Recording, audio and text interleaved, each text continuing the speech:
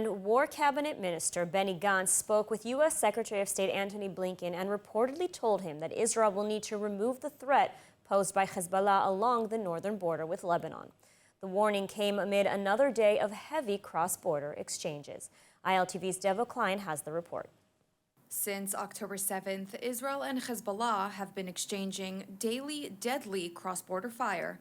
The intensity is increasing. In the past 24 hours, Hezbollah fired at least 20 rockets into Israel and fired an anti-tank missile at a house in the border community of Metula. The empty house was damaged, but there were no casualties. 9 rockets were fired from southern Lebanon toward the Kiryat Shmona and Manara area. 4 of them landed in open areas, and 5 were intercepted by the Iron Dome air defense system. The IDF artillery and aircraft struck at Hezbollah military sites, and several military outposts were attacked throughout the day. After many threats from Israeli leaders have been ignored, a consensus has been reached. Military action will have to be taken to remove the Hezbollah threat on the Israeli border if diplomacy fails. That was reportedly the firm message to U.S. Secretary of State Blinken in a phone call from War Cabinet Minister Benny Gantz. Israel is demanding that Hezbollah withdraw its forces beyond the Litani River, as called for in the UN Resolution 1701.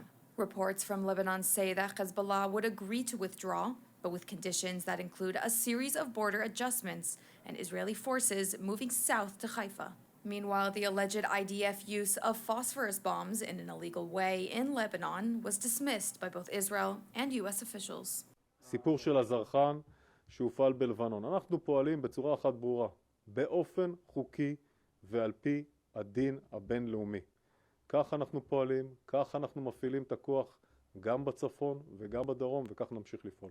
Obviously, there is a legitimate military use for white phosphorus, but that does not include using them on civilians. It means that if you use them, you have to do everything you can to minimize civilian harm. Anytime that we provide items like white phosphorus or really anything to another military, we do it with the expectation that it will be used for legitimate purposes and in full keeping with international humanitarian law and the law of armed conflict.